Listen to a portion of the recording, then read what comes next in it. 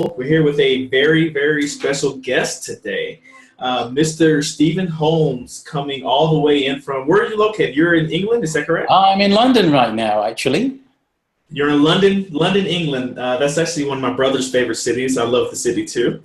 And he is the vice president of, the vice president of and CTO of how do you say it? Is it Virtusa, XLabs? Virtusa, although some people call it Virtusa, but it's really Virtusa, actually.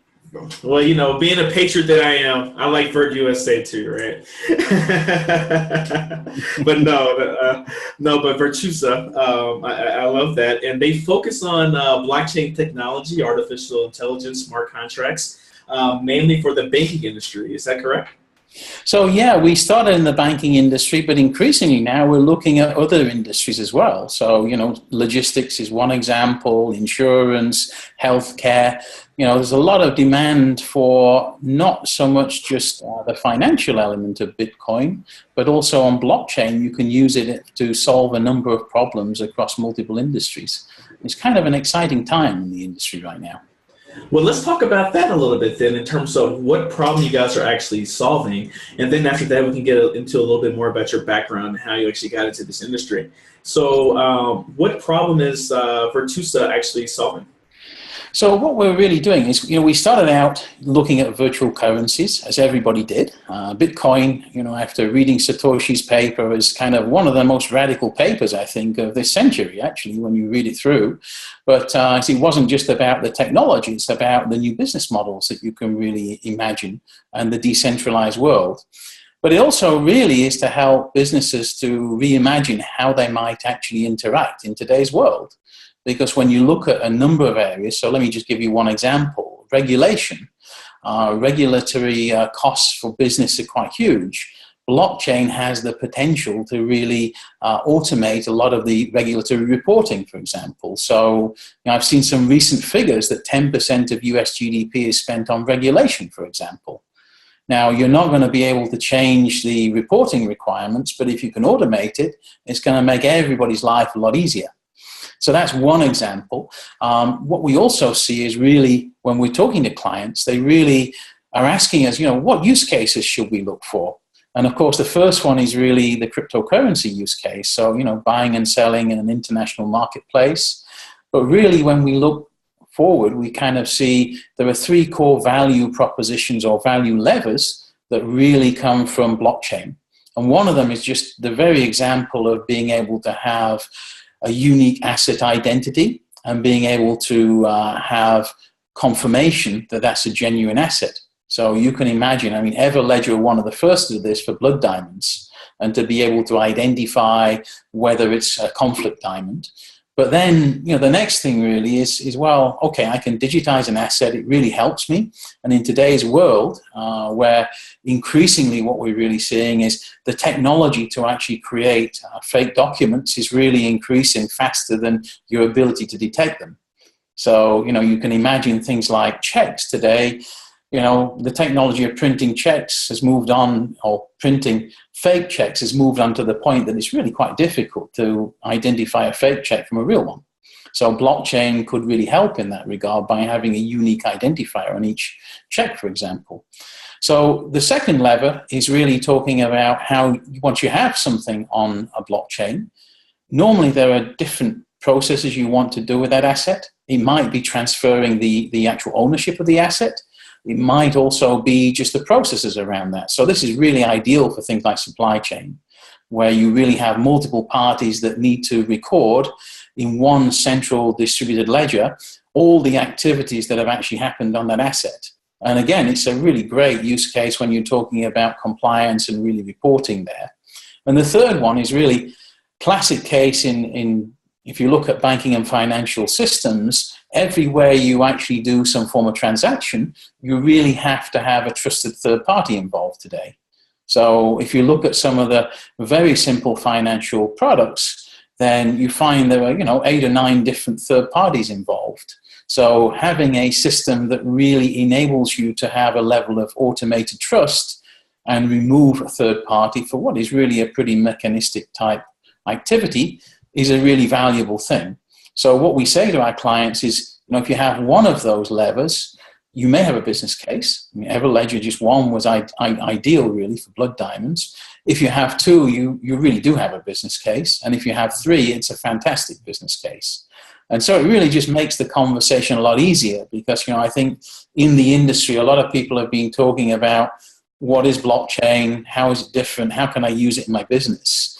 And, this really just really helps our clients identify really the sweet spots that really will help them get a great business case and ROI from implementing a blockchain solution. Cool. Hey, let me just hop in real quick, Lawrence. I think it'd be a fun exercise. Lawrence and I have been investigating the cannabis space as of late. I don't know if you know much about cannabis, but it is another developing world, and we've been actually looking into traceability and product offering. Basically using a blockchain as a method for I don't know if I guess it's supply chain management or traceability, but it has more. And I think it'd be a lot of fun for at least the two of us, and hopefully you. Let's just go through an exercise. And would love to get your feedback, because it seems like you know a lot about blockchain. You've actually been analyzing the concept of, supply chain. In the case of traceability, you've been tracing blood diamonds in your previous example. And let's explore this and see, the concept of, would a blockchain work for the traceability of... Actually, I think that's a great example. And, typically you kind of have farm to fork is kind of the phrase that's used in the food industry. So, you really are tracing not only the individual cow, for example, in the case of beef, but all of the activities that happen in that. So, I think your example with cannabis, where you really are just kind of starting at the beginning as a seed right the way through, is really important. But it also brings up one of the key aspects here, which is really how do I identify this thing? So if I take, for example, blood diamonds and the example that Everledger used is they created a methodology that you could actually look at a diamond and with a series of properties, physical properties, I can actually have a unique fingerprint on that.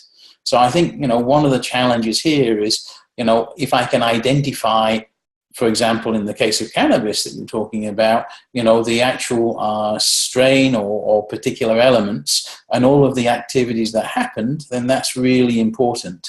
But I think it also is open to, if I take the example of classic foods, I use the example of beef, then it's identifying the cattle, it's identifying, what they were fed, what antibiotics they actually were given, so what processes were actually used in the actual growing of the food, and more importantly, what methods were used, which slaughterhouse, how was the thing stored, what was the temperature along the way. If it's on a wagon going somewhere, you need to be able to identify that all of the food safety elements haven't been breached along the way. So, I kind of extended your example, but I think, hopefully I'm showing you in terms of how you might use blockchain, it really can identify, from the beginning all the way through to consuming all of the traceability elements. And if you need to do a product recall, which is the classic issue with any food or any drug, then you really have to be able to know exactly what happened to that drug and where it is in the supply chain and the identities of the people that are actually moving those items around. And I think today, one of the challenges I think we see is, particularly in the US now with the opioid crisis, unfortunately it's not just the US, it's around the world too, but the challenge is really being able to actually handle the whole supply chain right the way from prescription all the way down to consumption. And in the US now, there is the Drug Safety Chain Supply Act, the DSCSA, which is coming into effect. And we feel that blockchain could actually be a very useful way of actually tackling that to enable the whole traceability of drug supply chain. So I know we went a little bit beyond the concept of how you might use this with just one particular aspect, but I think you can see it's really applicable across the whole of the supply chain for both drugs and food. Yeah, I think in our case, and why we think this is maybe even a little more fascinating, is in particular to how cannabis works. You know, it is I guess it's a lot like drug manufacturing, but it's more like today, the nutraceutical world versus, you know, your strictly regulated FDA world. And, you know, the question that comes up, and I guess it's not the question of, yeah, duh, I mean, a blockchain makes sense for supply chain, but more the fact that I think a combination, I want your opinion, you know, specifically with how cannabis works, the way, you know, there's the genetics behind the actual plant, but then there's, right, you know, I mean, I could have the genetics to be, you know, 6'4" and, you know, bench press 500 pounds, but if I growing up, you know, I don't get good adequate sleep, I don't have the right, you know, nutrients growing up, you know, all these sorts of things happen, I may not, you know, reach my full potential. And what's fascinating, specifically, you know, on the cannabis side is, you know, because the techniques of agriculture aren't as, you know, they aren't as developed. And this is the case with general agriculture, with this being more, you know, medicinal grade type of production. You know, the difference, like the strains could be the same, but, you know, maybe there's like a pesticide issue, or maybe there's a drought issue or something. Absolutely. So I think what you're describing is not only the strain, but actually all of the environmental factors throughout its actual growth. And you know, those are really important aspects. And I think one of the things that's really important here about a blockchain is you can basically share that information in a controlled way. So if somebody buys a particular product, let's say it's cannabis in this particular case, then you can share with them that history. So, you know, they can then make some decisions around that. So it's interesting because now you guys focus on like artificial intelligence as well. Yep. Big data, that type of thing.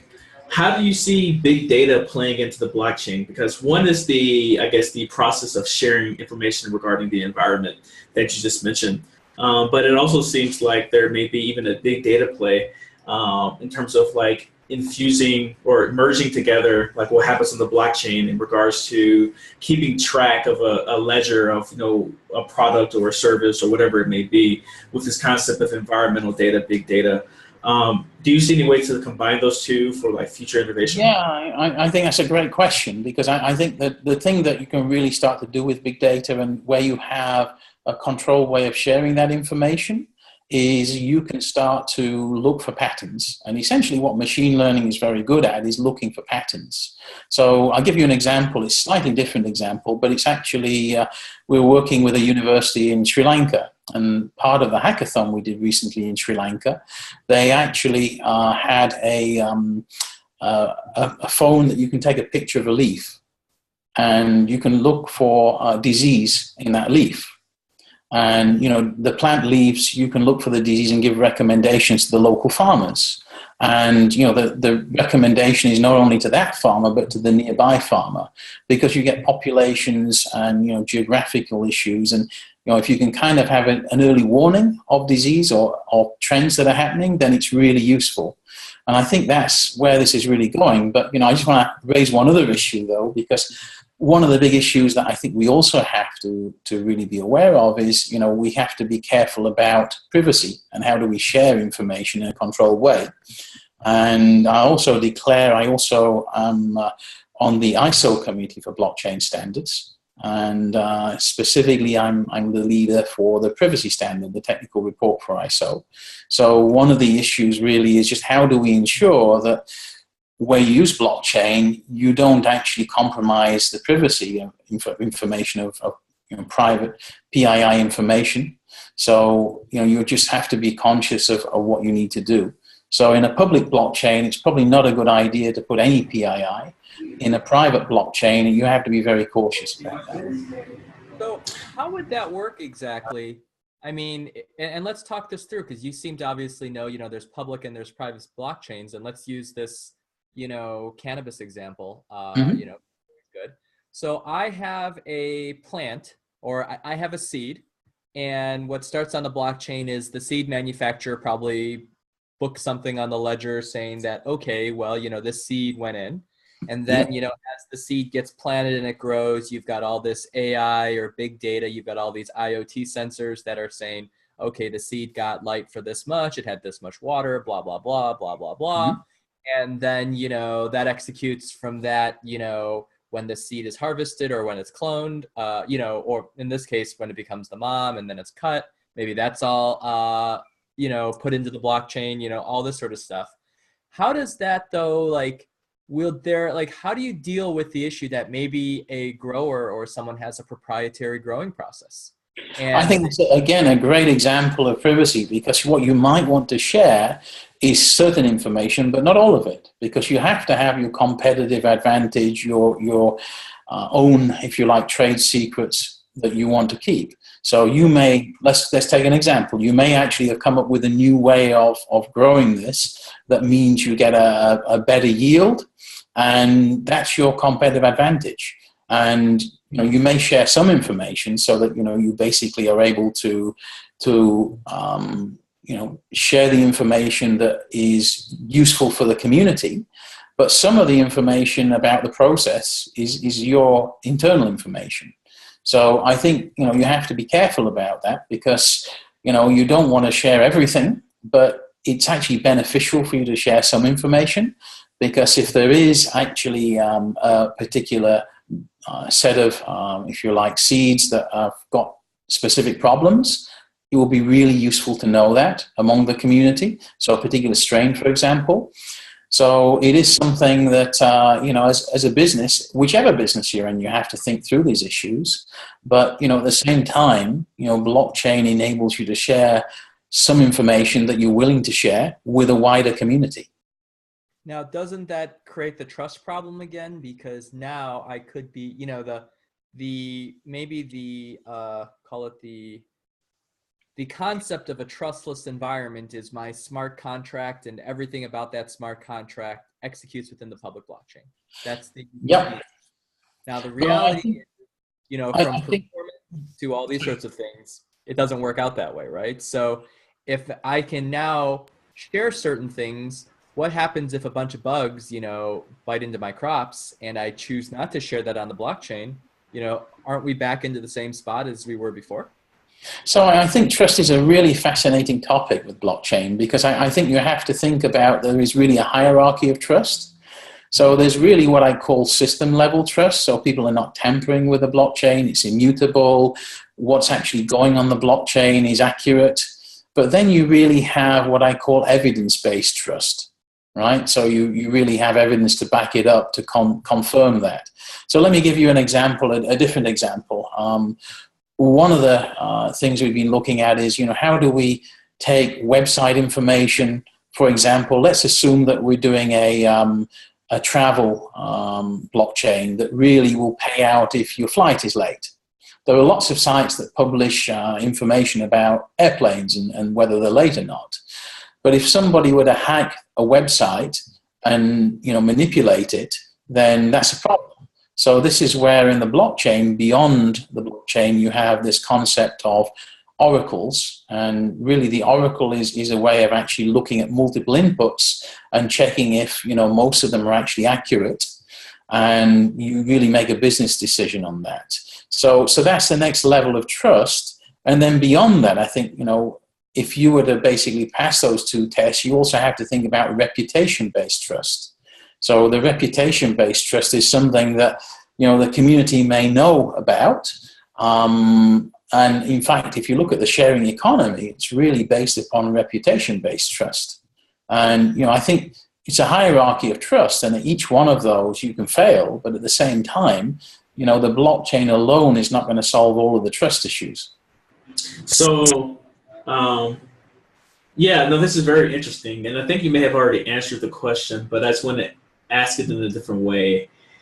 Do you think that the concept of trust and privacy are, I guess, inversely correlated or negatively correlated, right? Where if you have a high aspect of one, you have a low aspect of the other, and vice versa?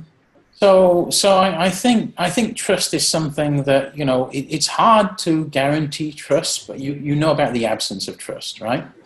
So that's the challenge. But it is a hierarchy of trust. It's not just system level, it is evidence-based and it is reputation-based. But actually just answering your question a little bit more about why I think blockchain is really important. I don't think it's just the blockchain technology, but I think there are some additional technologies that blockchain uses. So what we call privacy enhancing technologies. And that can really protect people's information. But let me give you an example. I mean, today, one of the big challenges I think we see is increasingly now it's easy to forge documents, right?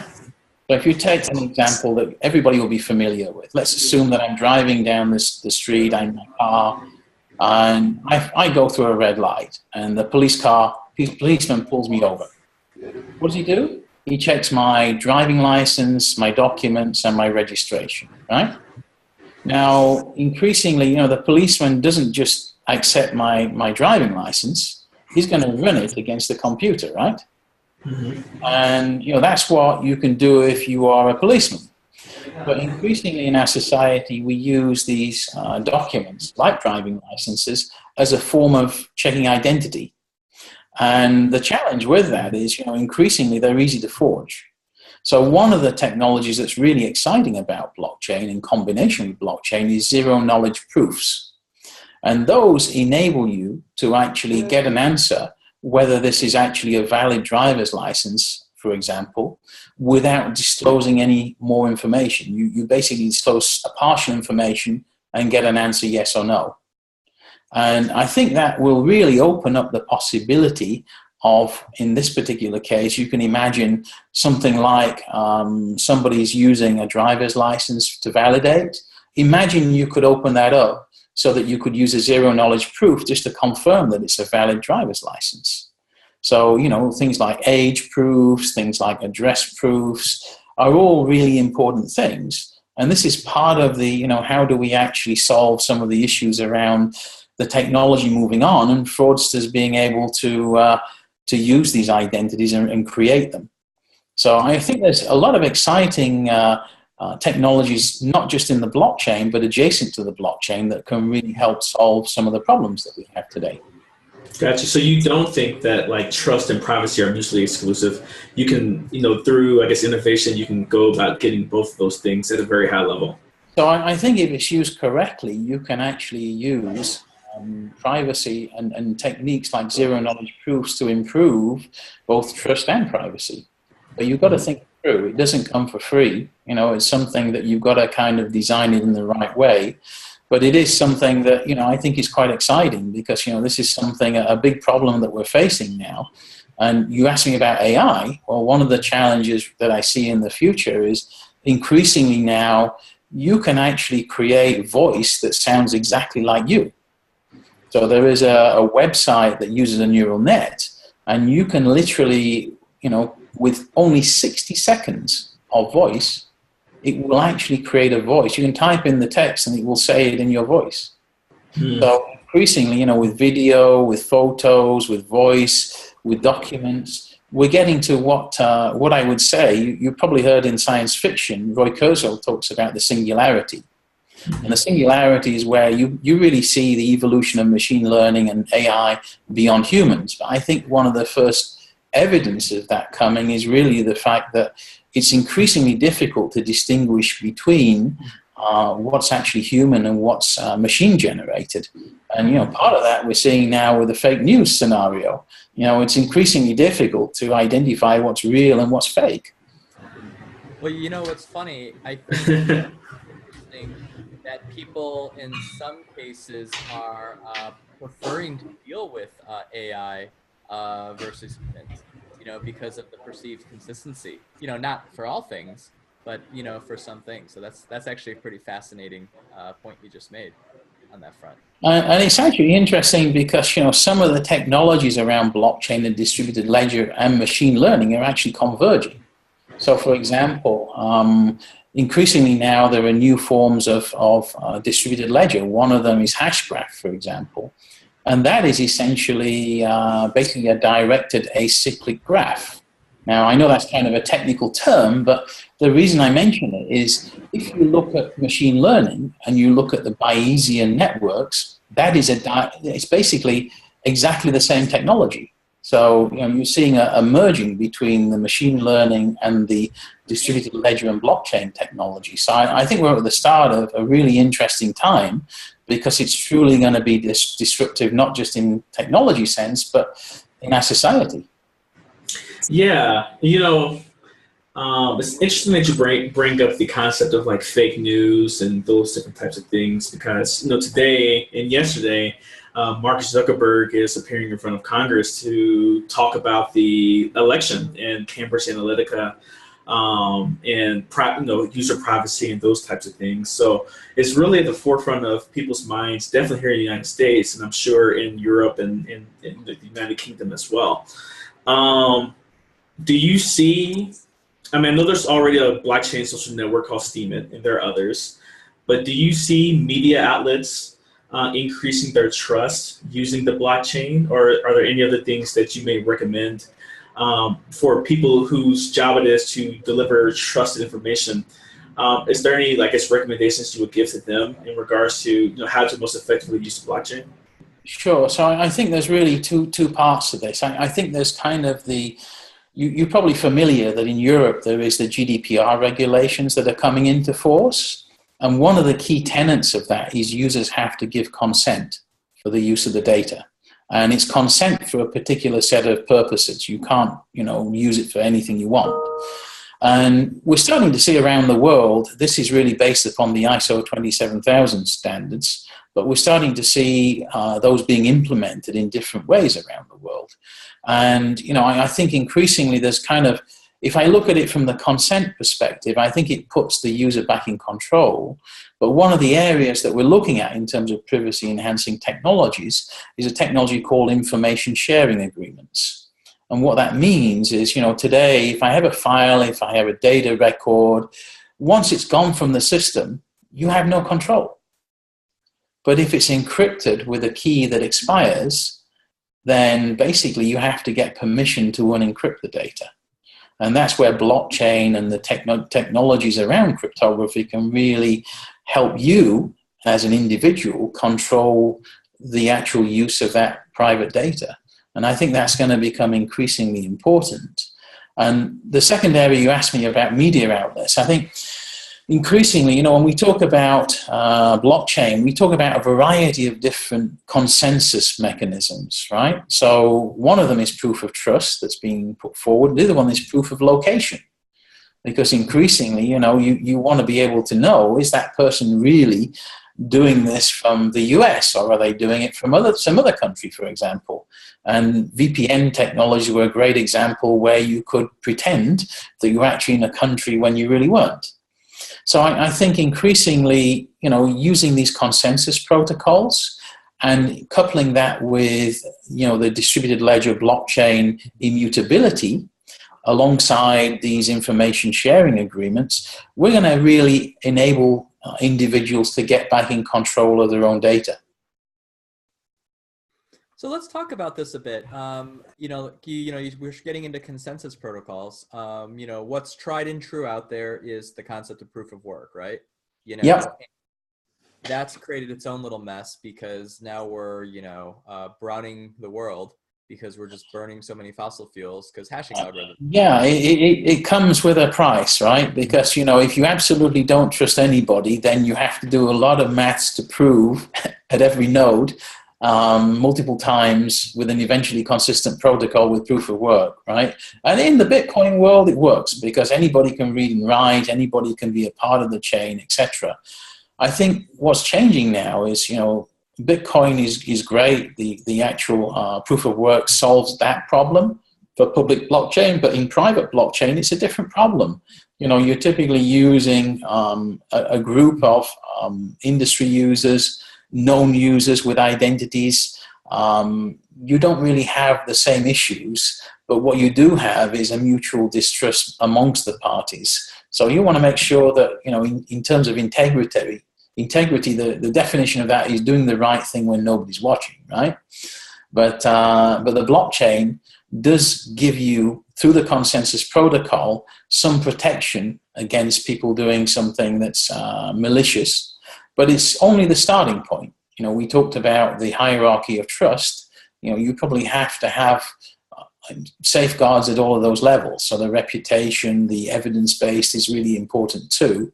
But the other thing it does solve is you know, the Byzantine fault tolerance nature of the various protocols mean that if there is a failure, it can recover.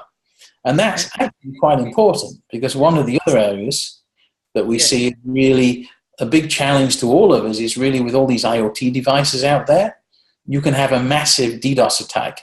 And, you know, we're starting to see, you know, how can any one organization or government cope with such a massive DDoS attack? And the answer potentially is with blockchain, with a distributed ledger, because you've got to take down 51% of the nodes, and that's kind of tough. No, definitely. Just for, I think, Lawrence's sake and maybe the audience's sake too, can you maybe talk through a little more about like Byzantine fault tolerance and some of these more more complicated technologies? Sure. So I'm getting into nerd territory. All right, let me get my focus on. All right, like I'm back in engineering school. Let's go. So really it comes from the Byzantine generals problem, where he had multiple generals and one of them was going to betray him, right? So you really have to figure out, you know, whether it's accurate information you're getting or not. So in fact, if you look at Byzantine fault tolerance, one of the areas it's really been applied is in the airline industry. And if you actually look at fault tolerant systems, if something fails, you need to be able to switch over and you need to identify the failure. So, you know, it's got a long engineering and historical background, so it's not something new and magic, really. But it does mean that, you know, you can kind of cope with a level of uncertainty and corruption on the system or failure. And that's really important, because when we're looking at blockchain and DLT systems, you know, you really want to have this as a core piece of your infrastructure. And, you know, the thing about it is, you know, these are going to be around a long time. You know, I think when you're building these systems, you may last 10, 20 years. So, you know, we have to kind of design them with that resilience built in. Sounds like we need that for our political systems. Well, it's funny, but actually blockchain and you know, the original use case was actually for voting systems. So, you know, we may come back to that actually, but you do need, again, this level of trust and oracles and all the rest of it coming in to really validate the input. Because, you know, the old adage in computer terms is garbage in, garbage out. And so, you know, we have to make sure what we put on the blockchain is accurate. So would love to get your opinion. I know a lot of the general public, you know, obviously, you know, some of us will geek out on the whole, you know, blockchain tech till the cows come home. But I think most people out there are curious about blockchain because they want to translate that into, you know, what altcoin should I buy, or what crypto is going to, you know, potentially change the world and ultimately, hopefully change my life, right? I would love to get your opinion. You know, you've talked a lot about private blockchains. You've talked a little bit about public blockchains. Mm-hmm. And I think we're probably all in agreement there is not going to be one blockchain to rule them all. It will be a world Absolutely. Of, you know, public blockchains, some private blockchains. There'll be all sorts of different levels of interoperability and everything on that side. So maybe, you know, first, before we get into it, are you comfortable talking more on the public side? Because it appears to me you've been doing private blockchain work. So you can appreciate, because we've been working with banks and financial services, we've been doing more on the private side. But in terms of what we've been doing on the public side with cryptocurrencies, you know, part of the issue is really understanding how those are going to evolve, because we're seeing there's a whole raft of different token standards out there, particularly in Ethereum now. So, you know, what we see is that those are actually advancing, and you know, they really need to be standards out there, because otherwise, how do you interoperate? So ERC20 is the most commonly accepted standard for coins, but, you know, there are, you know, different pros and cons with each one. And now I think there's ERC 777, for example. So, you know, there's a whole range of different standards emerging. But what that means is, you know, you will have the ability to interoperate the coins between the different exchanges and have a level of security and trust amongst those coins. So I think that's really exciting. And I think, you know, increasingly, you know, a lot of this has really been driven initially by, you know, kind of a lot of the interest in Bitcoin, particularly in the different altcoins. clearly as being, this is new, let's try it out. A lot of different countries particularly have been looking at, different people in countries at how I can put my money into this and potentially have some security, because not every country is stable as the US. So, we basically have seen a lot of different participants enter the marketplace. But I think that's really just the start of it, because, I think what I increasingly see, and I'm going to come back a little bit to what you were talking about earlier in terms of AI. Increasingly, when we have AI bots or AI entities, the natural currency is going to be an altcoin. It's going to be something that you're going to use to buy and sell access to information. So I think it's going to be increasingly a growing market for micropayments, not just macro payments. So that's one element. The other aspect behind this is, we really are talking about new opportunities with these coins to represent multiple things, including oil and gas. What we see is, you've probably seen Venezuela introducing their own Venezuelan equivalent. The Chinese now have the petro yuan.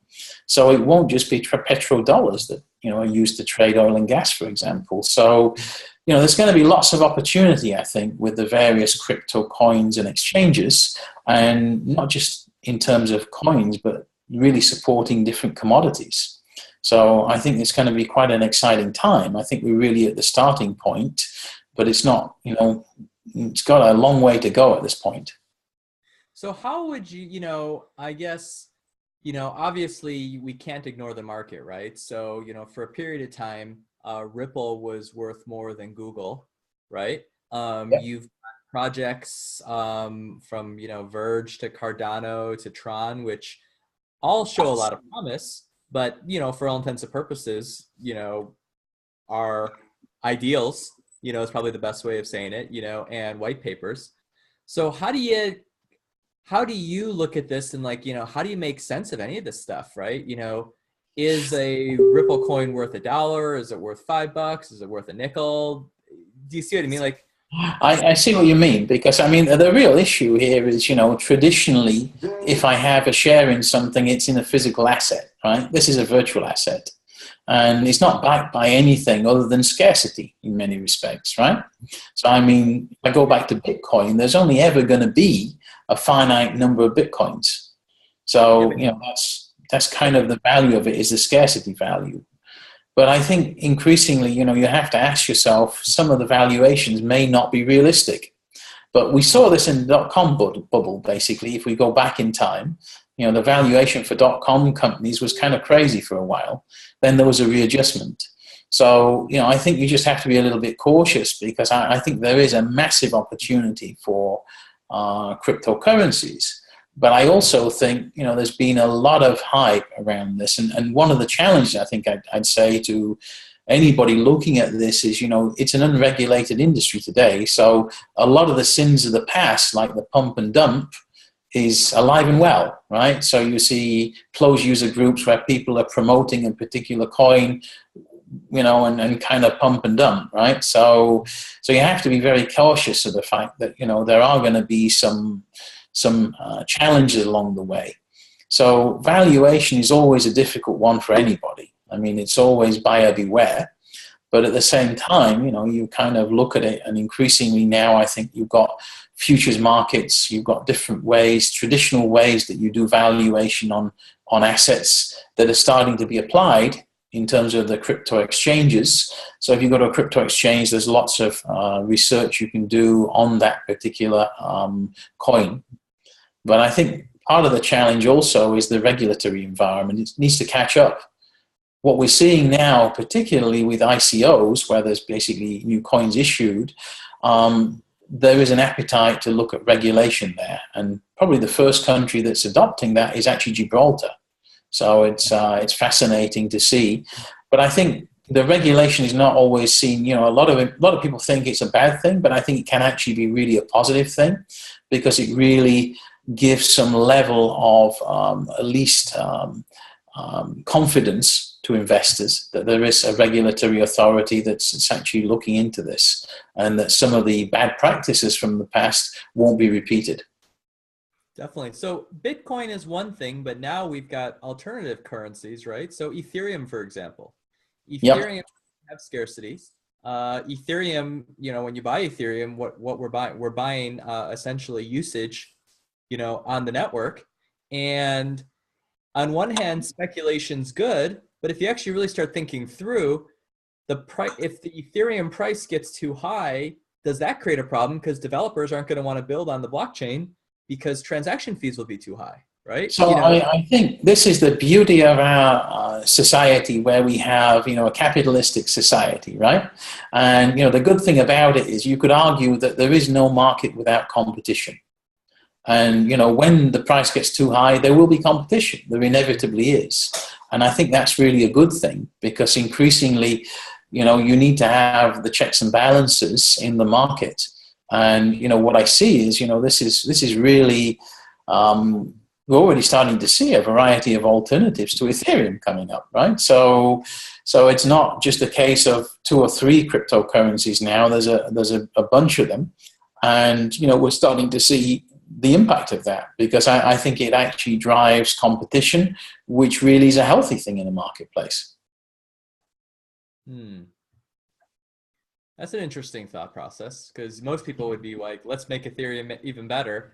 And you're saying it's a good thing because not everyone can be on Ethereum, because if Ethereum prices get up too high, maybe I'll build on, I don't know, Neo or something, right? Or Stellar or some of these other sorts of things. Absolutely. So I mean, it's just a natural, if you like, capitalistic approach, right?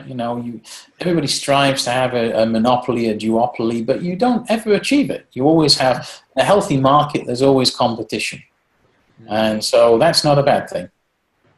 Interesting.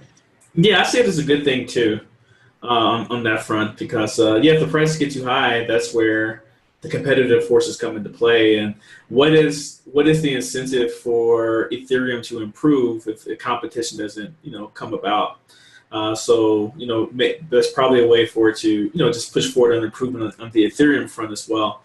I mean, a lot of our greatest innovations and the greatest things that have happened have come from price wars, have come from just other type of innovation wars that have happened between companies and just platforms. So it'll be interesting to see. Definitely. Yeah, and I think it's kind of, you could argue that, this invention is really kind of we're kind of reimagining capitalism here, right? Because we're creating new currencies, we're creating new ways of actually buying and selling in a global sense. Because, I think if we look back in history, I mean, I kind of see that if you look at how things are done today, and we've talked about blockchain and Bitcoin as a technology, and fundamentally, if you look at it, it's kind of just the start of this. The real applications that sit on top of it are really going to be driving the value. And, I think what we see is that today's world, everybody having their own system, going to a centralized bank, it's probably not going to work in a truly decentralized global economy. Mm-hmm. Wonderful. Yeah. No, that makes a lot of sense. And that's something I agree with, fundamentally.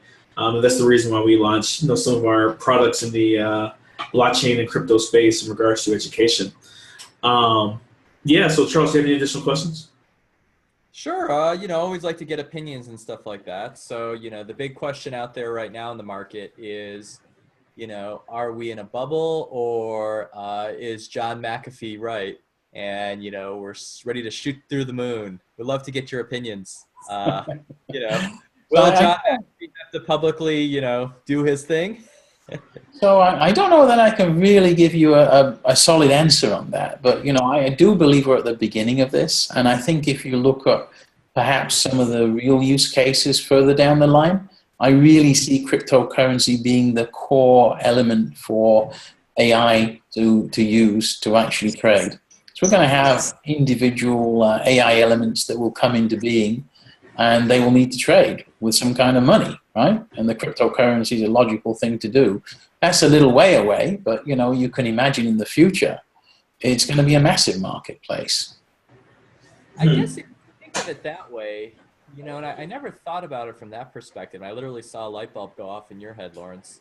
But let's fast forward to the world of, I don't know, is it Tron, or the world of, the Matrix or whatever, where we have little, like us humans are, we don't, what are we doing, right? But we've got all these machines, whether they're talking through Wally. yeah, Wally's the better one, yeah, right? I'm sitting around, I've got the straw in my mouth, I'm fat and happy on my, hover chair. But you've got all these ecosystems that have developed, whether they're discussing, supply chain for agriculture and plants, to maybe identity management, to maybe content rights, to, last week we were talking to someone in the music industry, in terms of those sorts of tokens. And I guess what you're saying here is all of those are potentially virtual economies. All of those virtual economies could exist. And in those virtual economies, instead of today's world where we have, countries with virtual economies, we'll possibly abstract them into other sorts of ecosystems that may, break the normal vein of countries, but, look at a new paradigm of, I don't know, other yet to be discovered ecosystems. Yeah, I think that's a good analogy, because what we see is this just really opens up the possibility of expanding that, because I think what we see is AI is going to become more and more mainstream, and there's going to be more autonomous AI out there. And these AI, if you think about it, these AI, if you like, bots or whatever you might want to call them, may be around a long time, or they may just be around for 5 seconds. And so, you kind of have to think about that. At the same time, one of the challenges is going to be, how do I actually stop an AI from doing something bad? So I'm going to go back to the trust discussion that we had earlier, which really was around this whole issue of, if you think about it, if you have a need for an AI to register itself first and to record, what it does as a reputation on the blockchain, that is an immutable ledger that you can't have tampering with from an AI perspective. So many years ago, I actually watched a really old kind of US sci-fi thing. You may or may not remember it. I may be showing my age here, but it was kind of the Twilight Zone. And there was a great episode there. And it was about a man who was immortal. And, he got more and more, doing more and more crazy things, jumping off buildings, jumping in front of cars, etc. Then one day he killed a man. Then he went to court, and the sentence was life imprisonment. Now, for somebody or something that's immortal, that's the worst sentence. So imagine an AI, and you can really have a situation that if you use the blockchain to control its reputation and have an ability to use that to restrict its access, then that could be a way of actually helping us to actually control AI. So it's a different use case, but it kind of dovetails with the other ones. It's interesting seeing the convergence of all these things kind of coming together. I read a lot of sci-fi too, and in future sci-fi books, they have it where humans don't really talk to each other. It's the AI that are battling legal precedents and battling, for financial control and those types of things. And like seeing that mixed with like artificial intelligence is quite interesting, or excuse me, with blockchain technology is quite interesting. I'm wondering if there's ever going to be like a switch in human society. I guess I'm getting philosophical. Charles knows I have a tendency to do that in terms of. Philosophical. I'll introduce one of my favorite philosophers, which of course you'd expect me to say is a UK philosopher, but Thomas Hobbes. Okay. He wrote this book called The Leviathan. Yeah, absolute power. And, the whole concept behind that is, if you don't actually give up some of your power as an individual to a higher power, then life will be short, brutish, and it's not a good situation. And I think that's the challenge, with AI, is you kind of have to give up some control in order to have some order, right? And that's where I think blockchain could actually have a major role to play here, actually, in helping regulate AI. Do you think that may switch, like, this concept of a nation state? I don't know, right? Like, will this blockchain and AI technology force human beings to organize in a different fashion than what we have historically done with nation states over the last 1,000 years? But anyway, No, I think that's a long conversation to have, but I think technology is neutral. It can be used for good or bad. But one of the challenges, I think, is we really have to think through the ethics of using it. So the other aspect we're looking at in terms of Virtusa right now is machine learning. How do we ensure that it's not using bias data sets, for example? You know, how do we actually allow regulators to inspect it? And the analogy I like to use, and I know you mentioned the philosophy aspect, but I'll just follow that up a little bit. But the Greek philosopher Heraclitus has a quote where he talks about no man crosses the same river twice, for it's not the same river and he's not the same man. And essentially, if you apply that to AI and machine learning, the data stream is constantly changing and the actual AI is getting updated. So you have to have versioning around that. But the version will enable you to actually then regulate. So how did you take the bias out of that type of stuff, right? Because the people creating AIs right now are human beings, right? And we all are inherently biased in some form or fashion. So, like, how do you go about removing that bias that you're talking about? So I think one of the challenges, I'll use an example, actually. So example, so think about banking. Think about you going to ask for a loan, and you've got an AI system that's actually doing a loan scoring, right? Now, if you're a bank, you've got 20 years of history of loans, right? And what you can do is I can just blindly use that information. But the question is, if I go back 15, 10 years ago, how many applicants were actually female versus male, for example? Society has changed. So you really have to identify what is the current ratio of key, key activities or key elements of the data today versus 10 years ago. And once you can do that, you can actually then true that up to today's world. And I think that's one of the challenges we have, because if you blindly just use data sets that were in the past, you actually bring forward the prejudices of the past. And, we really don't want that, because we've kind of made progress, hopefully, as a society to solve some of the prejudices from the past in today's world. Right. Excellent. Well, Stephen, thank you for your time. Charles, do you have anything else? No, Stephen, do you want to maybe add any last thoughts or any last words? It's been a great conversation for me. I know this is more of a technical one. So, hopefully Lawrence, Sure. So, I've been very fortunate in my career to work with disruptive technologies. And there are really some key elements here. One of them is the fast adoption with the disruptive technology.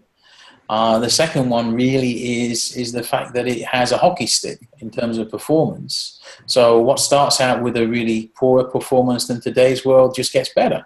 And I think we're starting to see that in blockchain and whether it be public or private. And, you start to see the utilization of it, new ways of not only dealing with a very small problem, but really quite some large problems, actually. So what I'd share with you is, I think it's really exciting. I think it's truly a disruptive technology.